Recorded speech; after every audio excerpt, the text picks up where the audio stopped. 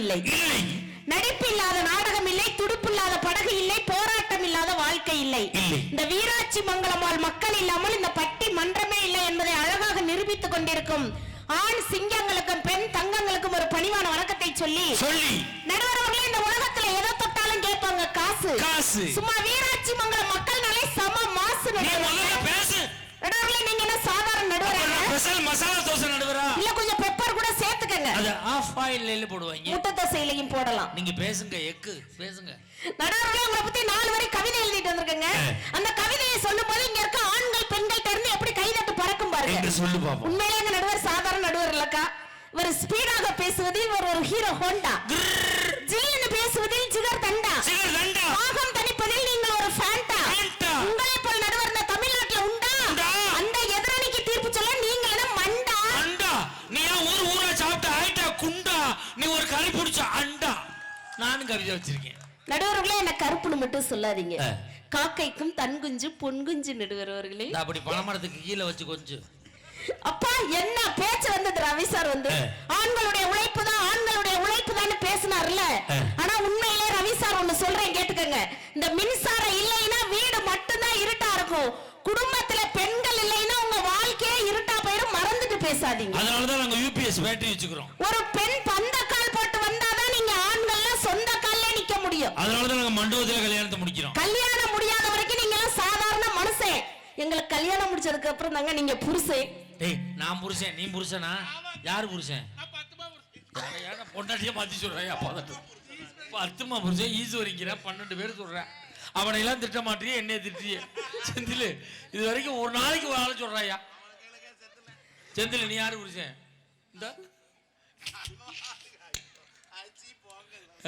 ஆனா உண்மையில நடுவர்களே, பெண் என்றால் ஒரு அன்பு, பெண் என்றால் பண்பு, பெண் என்றால் ஒரு தம்பு. அவளை நம்பு. ஓரமா கிடக்கு கம்பு. உண்மையிலே என் பெண் என்பவள் மயக்குபவள் கிடையாதுங்க. ஒவ்வொரு பெண்களும் குடும்பத்தையே இயக்குபவள்.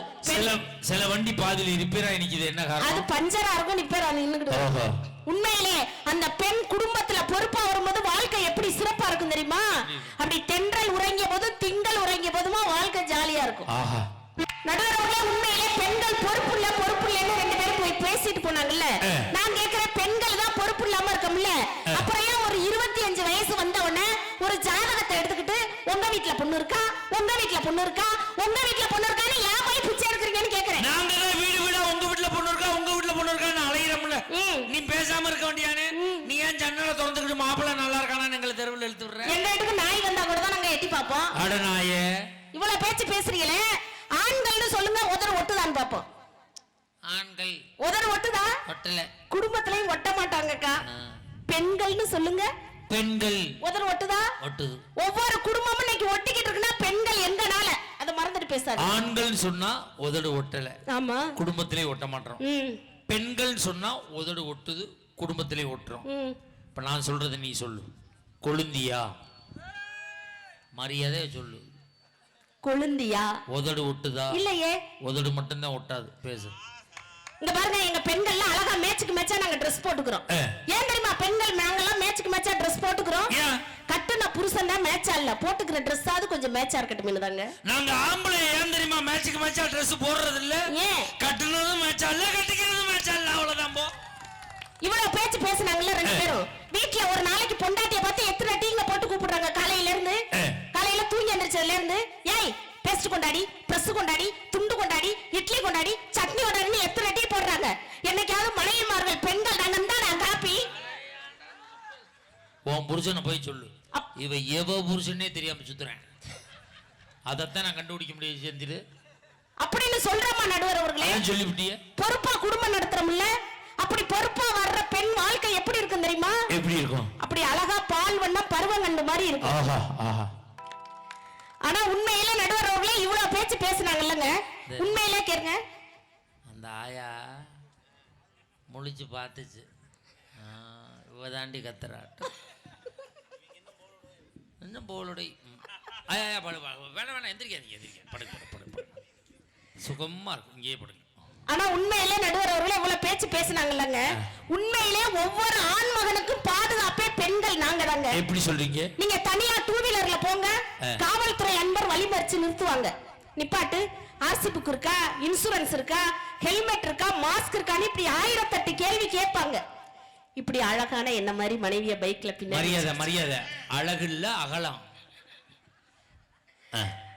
அப்படி மனைவிய பைக்ல பின்னாடி அழைச்சிக்கிட்டு போகும்பொழுது எந்த ஒரு காவல்துறையும் வழிமறிச்சு நிறுத்த மாட்டாங்க. அப்ப ஒரு ஆணுக்கு பாதுகாப்பே பெண்கள் நாங்க தானங்க. உண்மை சார். நேற்று நான் பைக்கில் போனேன், போலீஸ்கார ஐயா நிப்பாட்டிட்டார். ஆர்சி புக் எடு, லைசன்ஸ் எடு, இன்சூரன்ஸ். நான் பட்டிமன்ற நடுவர், உன்னை தாண்டா செக் பண்ண எல்லாத்தையும் எடுனார். அந்த நேரம் பார்த்து ஒருத்தன் பொண்டாட்டியோட போன விட்டுட்டார். நான் கேட்டேன், சார் நாங்கள் தனியாக வந்தால் மட்டும் பிடிக்கிறீங்களே, பொண்டாட்டியோட போன விட்டுறீங்களே ஏன் சார்னு கேட்டேன். ஒன்றும் இல்லை தம்பி, அவனே ஒரு கிரகத்தோடு போய்கிட்டு இருக்கேன், நம்ம இதுக்கு இன்னொரு கிரகத்திற்கு தான் போடான்னு சொல்லணும் போலீஸ்காரர் சொன்னார், நான் சொல்லலை. ஆனா உண்மையில நடுவர்களே என்ன மாதிரி பாசக்கார பொண்ணை பார்க்க முடியாதுங்க. பார்க்க முடியாது உண்மையிலங்க. நான் பட்டிமன்றம் வந்த உடனே முதல் போன் எங்க அத்தானுக்கு தாங்க பண்ணுவேன். ஓஹோ, ரெண்டாவது போன் உங்களுக்கு தான் பண்ணுவேன். எனக்கு வேணாம், அவனுக்கே பண்ணுவேன். பட்டிமன்றம் வந்த உடனே முதல் போன் எங்க அத்தானுக்கு தான் பண்ணுவேன். ஹலோ அத்தா, எங்கத்தான் இருக்கீங்க அப்படின்னு கேட்பேன். அதுக்கு அவர் சொல்லுவார், ஓ இதயத்துலதான் தங்கம் பார்.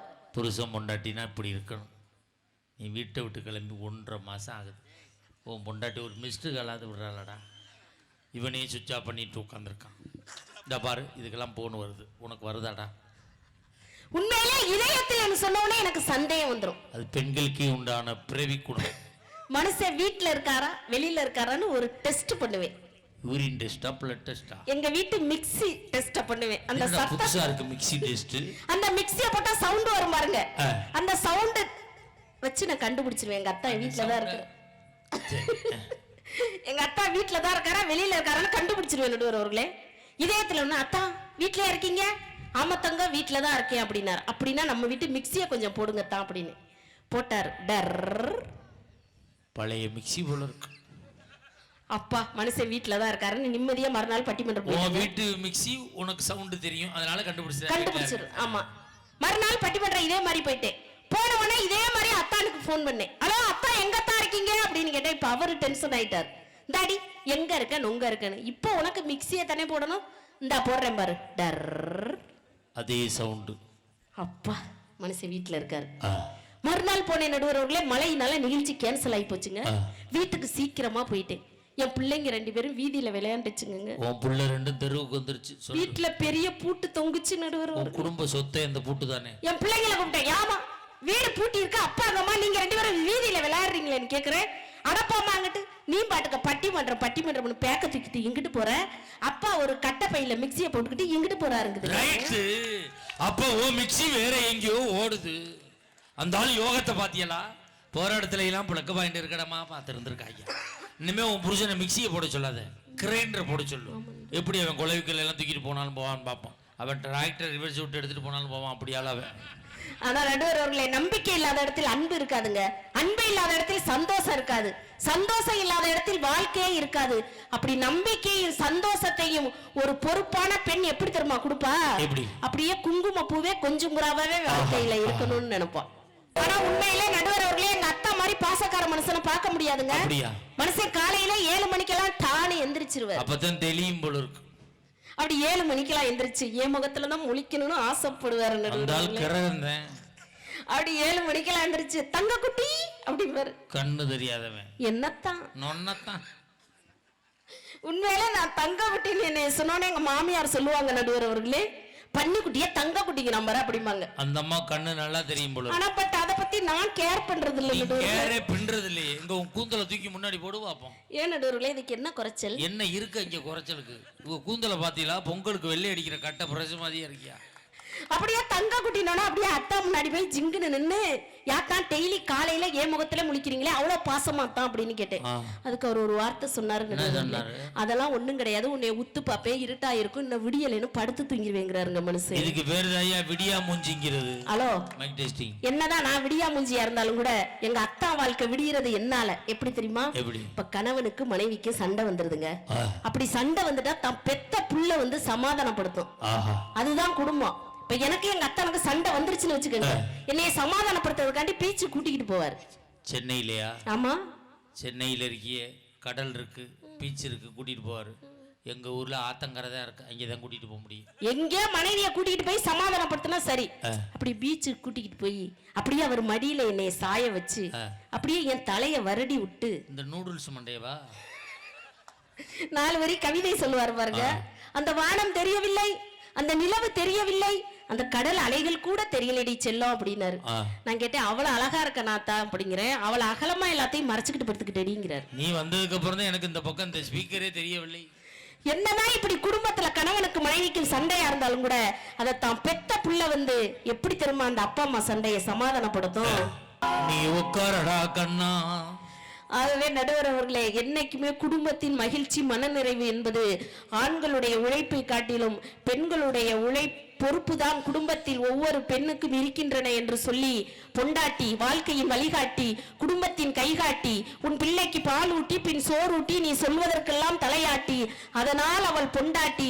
அந்த பொண்டாட்டி மனைவி பெண் என்று வருகின்ற பொழுதுதான் அந்த குடும்ப பொறுப்பாக இருக்கின்றன என்று சொல்லி இதுவரை கேட்டு சுவைத்த உங்களின் திருப்பாதங்களை படிந்து நன்றி கூறி விடைபெறுகிறேன். நன்றி, வணக்கம்.